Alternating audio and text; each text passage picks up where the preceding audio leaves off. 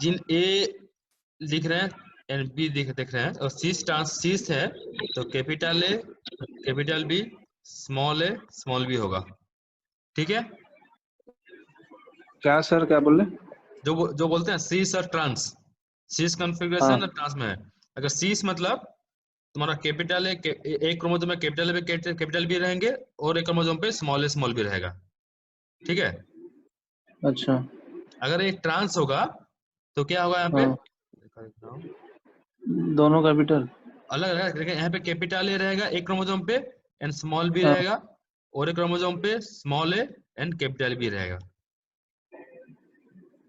ठीक है, मतलब ट्रांस में, मतलब तुम्हारा डोमिनेंट जीन वो ट्रांस में पोजीशन में देखो, इधर डोमिनेंट रिसेसिव हुआ, समझ में आया? ठीक है। हाँ सर। सीस ट्रांस, ट्रांस में ट्रांस पोजीशन तुम्हारा दोनों दिन ट्रांस में है, इसमें तुम्हारा सीस पोजीशन में है।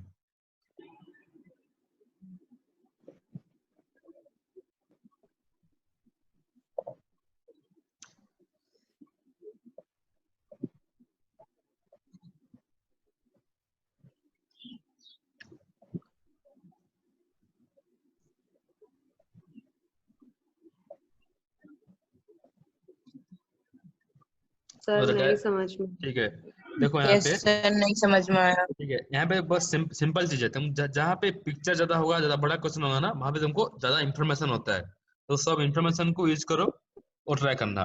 देखो तो यहाँ पे मैं क्वेश्चन नहीं पढ़ रहा हूँ, जो भी है क्वेश्चन तुम छोड़ो अभी। देखो यहाँ पे पेरेंट 1 है, पेरेंट 2 है, बोलो कुछ मार्कर लेके टेस्ट किया है कि कौन सा जीन मतलब तुम्हारा ऑप्शन पे है। तो पेरेंट 1 पे जो जीन है ए, इधर बी है। तो देखो यहाँ 45 जो है, 45 नंबर ऑफ इंडिविजुअल पे ओनली ए है, ये 45 पे ओनली बी है, तो ये होगा, ये मतलब होगा तुम्हारा सिंगल रिकॉम्बिनेटर, सिंगल क्रॉसओवर प्रोडक्ट। ठीक है, अगर ए आया है और बी आया है तो सर इसे इस, पेरेंट बोलेंगे ना, सिंगल क्रॉसओवर क्यों कह रहे हैं? नहीं ओनली ओनली आया है, ये तुम्हारा ऑफस्प्रिंग है, प्रोजेनी है, तो सॉरी पेरेंटल टाइप है, सॉरी सॉरी सॉरी, ये तुम्हारा पेरेंटल टाइप। ओके, मिनट,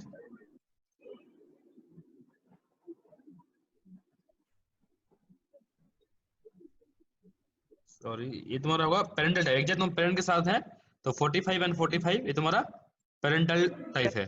ठीक है, सेमी पेरेंट। तो ये 5 में देखो, इसमें इसमें तुम्हारा ए भी है, बी भी है। ओके, तो ये तुम्हारा रिकॉम्बिनेंट्स, क्लियर? Yes sir. तो ये 5 देखो, इसमें कोई भी नहीं आया है, लेकिन ये भी कुछ 5 ऑफस्प्रिंग है, तो ये भी तुम्हारा रिकॉम्बिनेंट्स होगा। ओके, तो अभी तुम्हारा टोटल नंबर रिकॉम्बिनेंट्स कितना हुए? 10। हाँ 10 है recombinant. Total number offspring total कितना हुआ? 45 45 10 100। तो डिस्टेंस कितना हुआ? 10 10। सेंटीमोर्गन, 10 सेंटीमोर्गन। ओके, और सर सीस और ट्रांस कैसे देखें? ठीक है, तो अभी तुम्हारा हो गया, अभी 10 सेंटीमोर्गन। सर यस तो मोस्टली देखना तुम्हारा, जब अगर तुम्हारा ये क्या, ये बोला है कि इसमें देखो ओनली ए आया है एक साथ, इसमें देखो बी आया है पेरेंट में एग्जैक्टली। ठीक है, ओके, यस तो अगर ये जीन देखो अभी यहाँ पे कैपिटल ए अगर गया है, यहाँ पे स्मॉल ए होता तो ए गया, और एक में तुम्हारा बी आया है। ठीक है, सो यहाँ पे देखो कि ये क्या बोला है, to genotype using dominant DNA marker A B है, as shown below. F1 progeny obtained by test grass, the frequency of progeny which has different genotype are given. तो तुम्हारा जो जीनोटाइप ए और बी के लिए तुम्हारा मार्कर यूज किया गया है, तो तुम्हारा पेरेंट 1 पे ओनली ए मार्कर है, पेरेंट 2 पे ओनली बी मार्कर है। ओके, तो इसमें क्या है, इसमें पेरेंट 1 का जो क्रोमोसोम है यहाँ पे ओनली मार्कर ए है, पेरेंट 2 में जो क्रोमोसोम है ओनली मार्कर बी है। मतलब तुम्हारा देखो इधर पकड़ लो, ये तुम्हारा पेरेंट 1 है, पेरेंट 2 है, तो डोमिनेंट के लिए बोला है बस, तो बोला है कि पेरेंट 1 पे ओनली मार्कर 1 है, ए ही है, तो तुम्हारा पेरेंट 1 पे ओनली एक ही कैपिटल ए है, ओके। एंड पेरेंट बी पे बी मार्कर है, तो पेरेंट बी पे ओनली कैपिटल बी है। समझ में आ रहा है? Yes sir. तो अभी क्या है, ए बी कौन सा पोजीशन में है? ट्रांस,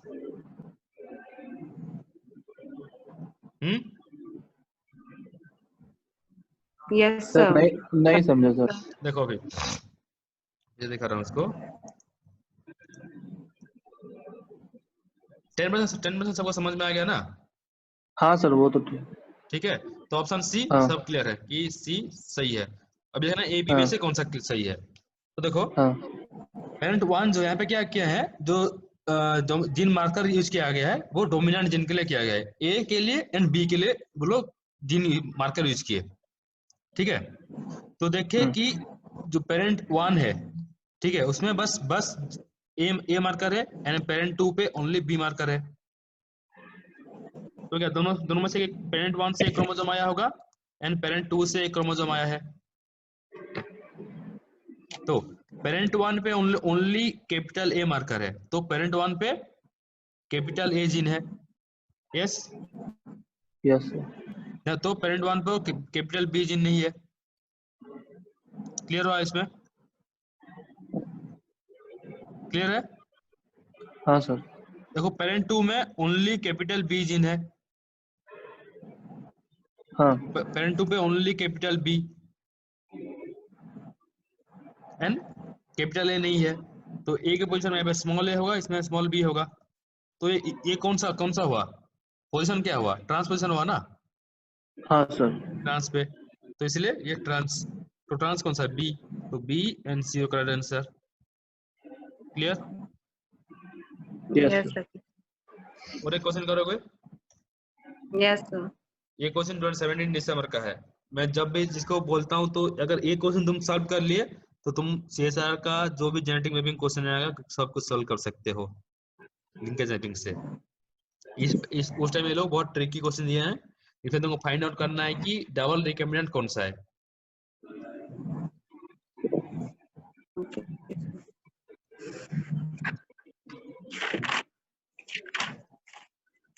पहले मुझे तुम अगर बोल दो बस डबल रिकमेंडेंट कौन सा है, और क्वेश्चन में निकालो मत, फर्स्ट आंसर दो डबल रिकमेंडेंट्स और यहाँ पे कौन सा फिनोटाइप है। अगर सर वो 20 निकाल, 25 नहीं इसमें। ऐसे इसीलिए तो बोल रहा हूँ, इसीलिए तो सोच के देखो करो, 2025 नहीं होगा।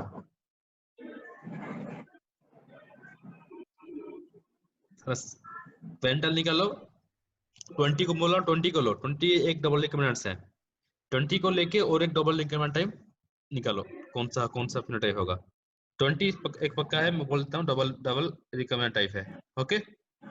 नेक्स्ट जो और एक डबल रिकमेंडेंट कौन सा होगा वो निकालो, इसमें फर्स्ट चीज वही है, अगर वो निकाल दिया तो हमारा सब सॉल्व हो गया।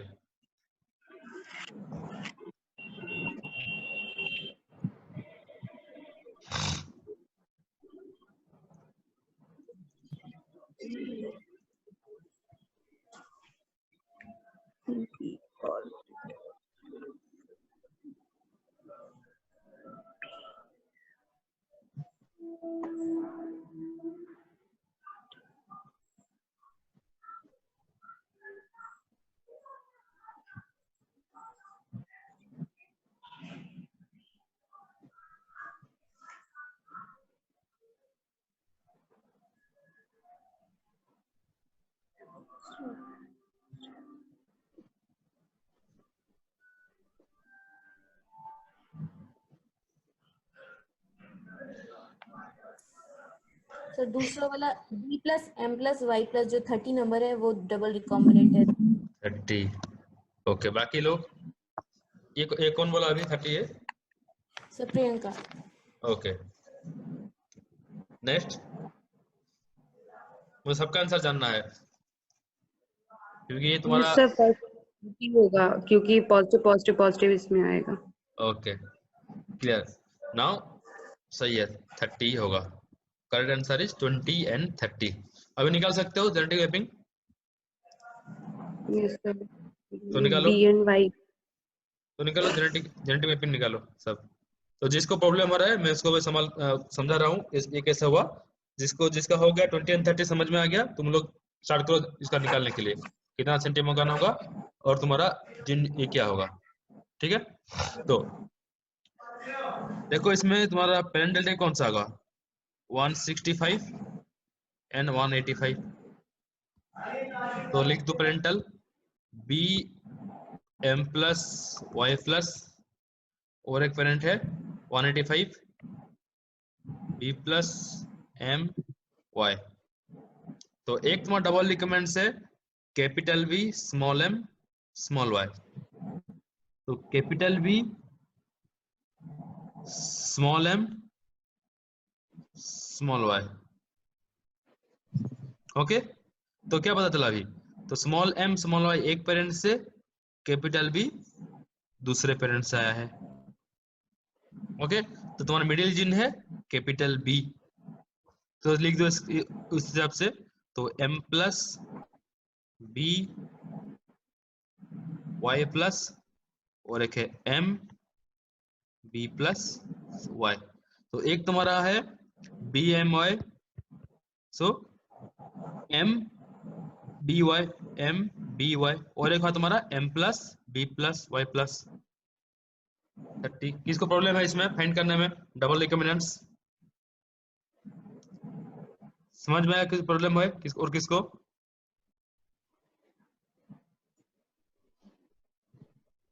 हाँ,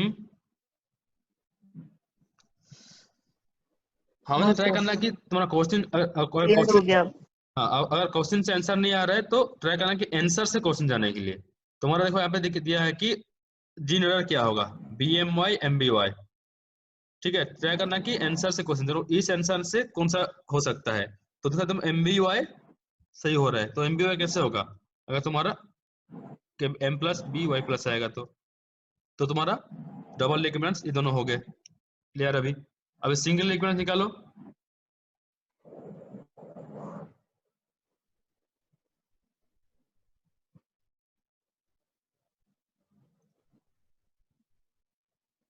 पेरेंट्स लिख दो M plus B Y plus small M B plus Y. तो single recombinants between M and B निकालते हैं। ठीक है, तो एम प्लस बी प्लस के अंदर एम बी में क्या होगा, M plus B plus small Y M B Y plus. So M plus B plus Y कहाँ पे है, एम प्लस, सॉरी ये नहीं,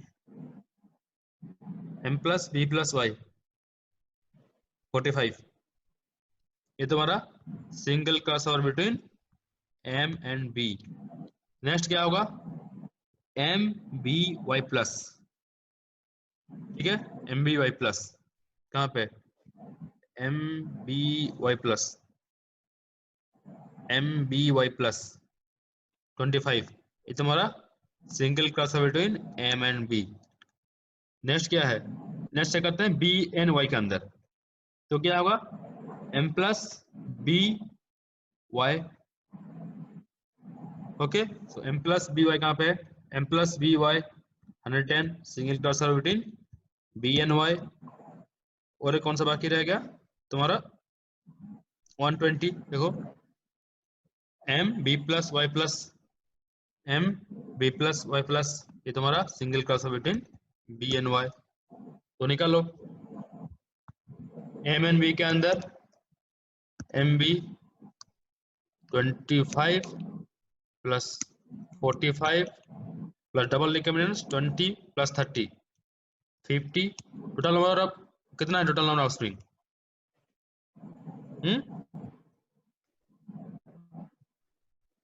टोटल नंबर ऑफ स्प्रिंग कितना है,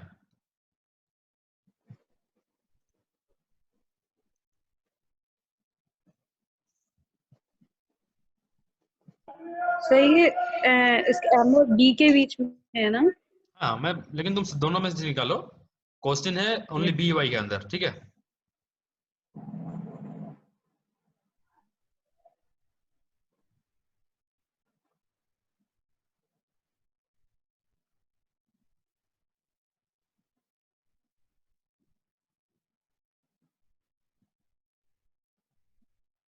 टोटल नंबर ऑफ आस्किंग तुम्हारा 700 है, डिवाइड बाय 700 इंटू 100, और एक होगा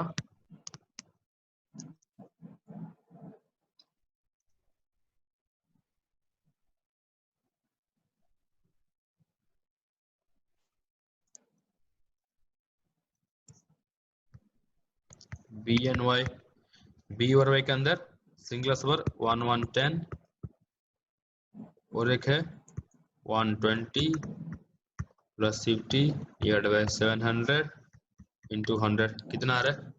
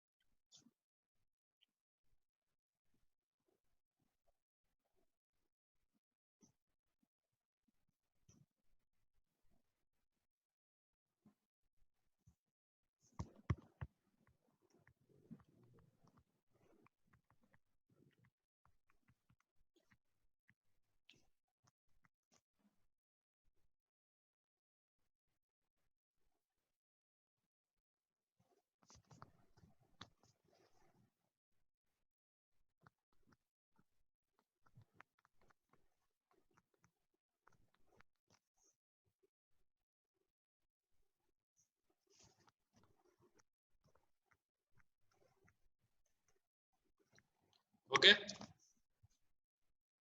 समझ में आ गया? तो बी से वाई के अंदर 40 सेंटीमोर्गन एंड एम टू बी के अंदर 17.1 सेंटीमोर्गन। क्लियर?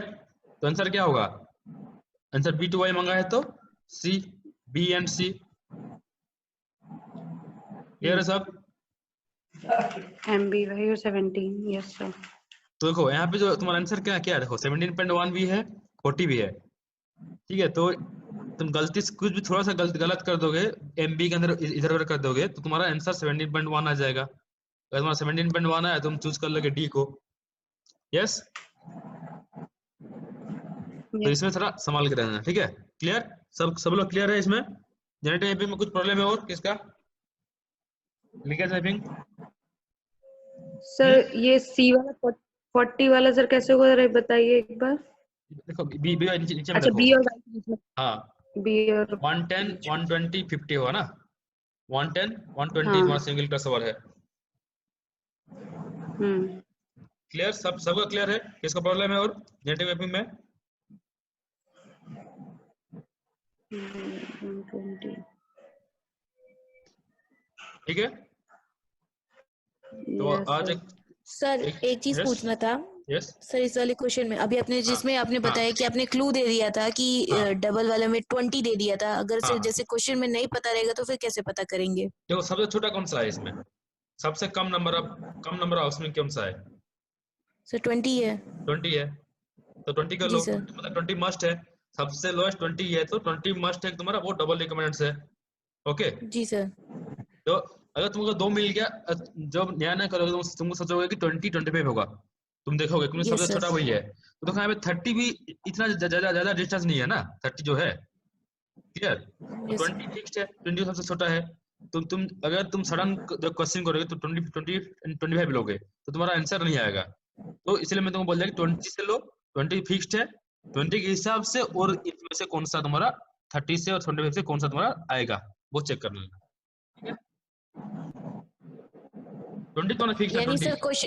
यानी सर क्वेश्चन में अगर इस तरीके के क्वेश्चन आते हैं तो पहले उसको मतलब चेक करना जरूरी है कि मतलब वही है कि कोई और है।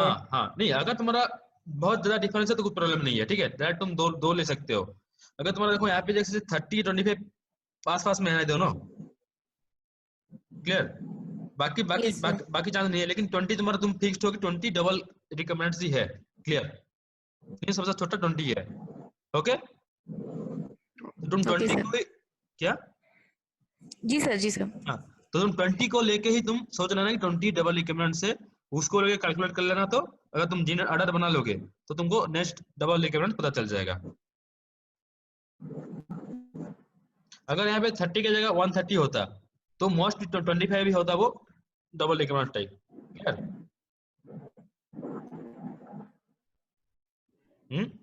कौन पूछ रहा है? ओके क्लियर है सर। क्लियर हाँ सर? क्लियर है सर।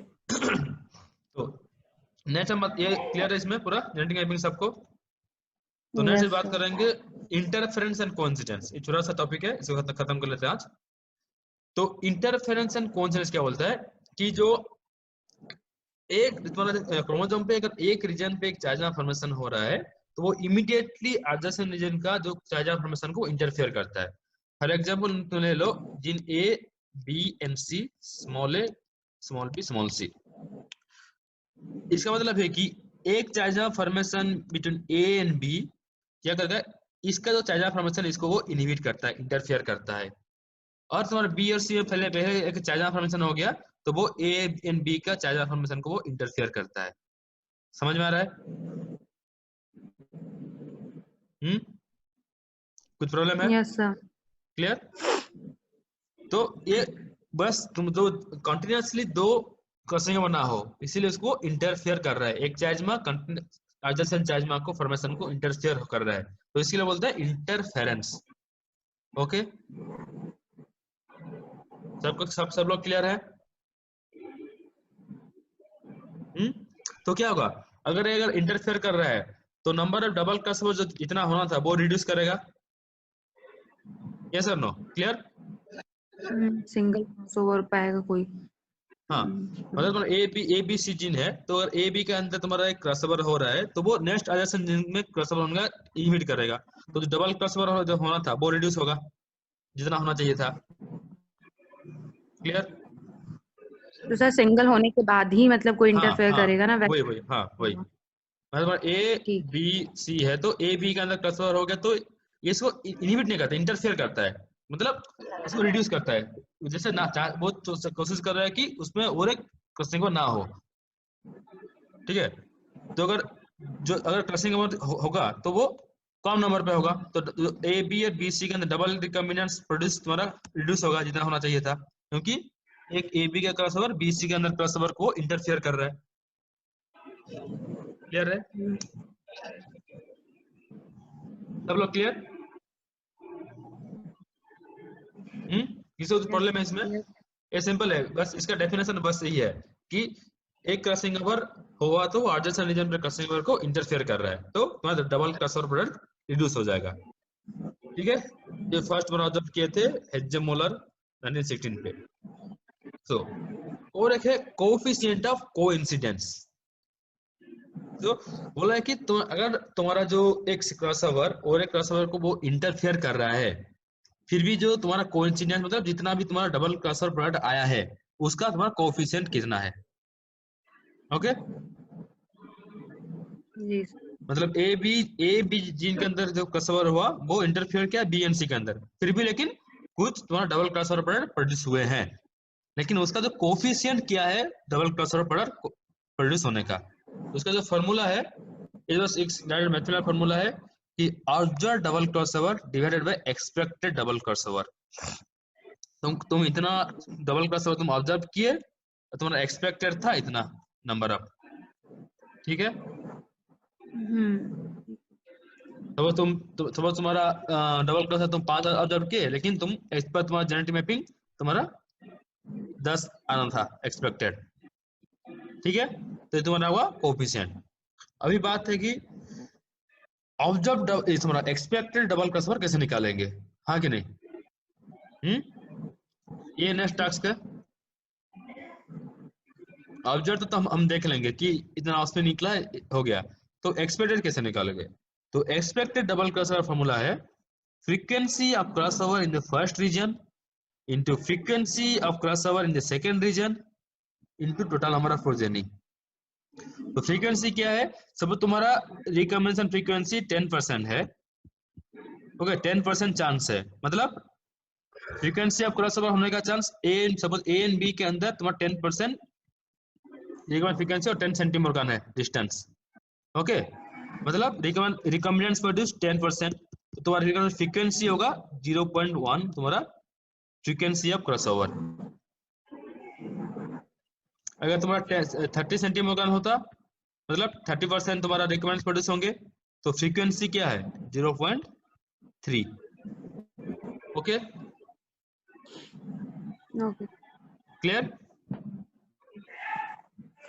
तो डायरेक्टली तुम्हारा पहले तुमको निकालना पड़ेगा जेनेटिक मैपिंग, मैप निकल गया तो डिस्टेंस पता चल जाएगा, अगर डिस्टेंस पता चल जाएगा तो उनके अंदर फ्रीक्वेंसी का क्रॉसओवर कितना था।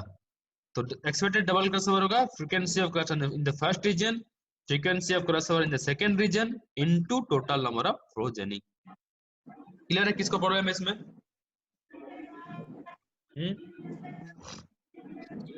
सब लोग क्लियर है? Yes sir. बाकी लोग कहाँ गए सब? तो तुम्हारा इफ कोफिशिएंट ऑफ कौन से तुम्हारा 0 आ रहा है तो तुम्हारा मतलब कंप्लीटली इंटरफेरेंस है, मतलब तुम्हारा नो डबल क्रॉसओवर, तुम्हारा ऑब्जर्व डबल क्रॉसओवर तुम्हारा 0 आ गया यार, ठीक है, कंप्लीटली इंटरफेयर हुआ। अगर 1 आया तो मतलब नो इंटरफेरेंस, मतलब 10 तुम एक्सपेक्ट किए थे 10 ही आया तो 1 है, तो इंटरफेयर हुआ नहीं है। 0 to 1 आया तो तुम्हारा पार्सल कुछ इंटरफेयर हुआ है, ठीक है। एक क्वेश्चन सॉल्व करते हैं। ये तुम्हारा क्वेश्चन है ऐसा, तुमको यहाँ पे पहले जेनेटिक मैप निकालना है, तुम्हारे से parental type double crossover type निकाल लो। तो जेनेटिक मैप निकालने के बाद तुम्हारा जेनेटिक मैप आ जाएगा BNA के अंदर 10 सेंटीमोर्गन, ANC के अंदर 30 सेंटीमोर्गन। ओके क्लियर है? जी तो सर। तुम्हारा एक्सपेक्टेड डबल क्रॉसओवर क्या होगा? BNA के अंदर रिकमेंडेड फ्रीक्वेंसी 10% है मतलब 0.1, ANC के अंदर रिकमेंडेड फ्रीक्वेंसी 30 है मतलब फ्रीक्वेंसी ऑफ क्रॉसओवर 0.3। तो एक्सपेक्टेड क्या होगा 0.1 into 0.3, तो टोटल नंबर ऑफ प्रोजेनी है 1000, 1000 इक्वल टू 30। तुम्हारा एक्सपेक्टेड था 30 लेकिन तुमको मिला कितना, यहाँ पे कितना था 6 and 9, तो डबल क्रॉसओवर प्रोडक्ट मिला है। Okay clear. Yes sir. 6 and 9 15, तुमको मिला 15 लेकिन तुम्हारा टोटल एक्सपेक्टेड था 30, तो फिर कोफिशिएंट ऑफ कोइंसिडेंस 0.5। ओके तुम 15 तुमको ऑब्जर्व किए लेकिन तुमको एक्सपेक्टेड था आना था 30, अगर तुम्हारा कोई भी इंटरफेयर नहीं होता तो 30 आता, इसलिए इंटरफेरेंस होगा 1 माइनस कोफिशिएंट ऑफ कोइंसिडेंस 0.5 आया, मतलब 50% एक्सपेक्टेड डबल क्रॉसओवर अकर, मतलब 50% इंटरफेरेंस, इंटरफेरेंस है 50% इंटरफेयर हुआ है। किसको प्रॉब्लम है, कुछ डाउट है? जेनेटिक मैपिंग पूरा क्लियर सबको? यस सर क्लियर है सर। कुछ क्वेश्चंस हैं जो हम लोगों हाँ। से नहीं हो रहे हैं, कौन सा क्वेश्चन है? तो वो कैटलिस्ट बुक के हैं, कैटलिस्ट बुक के हैं कुछ, तो सर वो आपसे क्लियर करने थे, कैसे करेंगे? ठीक है, तुम एक काम करो, जिसका जो क्वेश्चन नहीं हो रहा है उसका स्क्रीनशॉट लेके ऑफिस में सेंड कर दो, उनको बोल देना कि मुझे वो मेल कर देंगे सब क्वेश्चन पहले, ठीक है। ओके ठीक। सर आपका हाँ। कांटेक्ट नंबर मिलेगा? ये सर हाँ। आप अपना कांटेक्ट हाँ। नंबर दीजिए। ठीक है लिख लो। जी सर बोलो।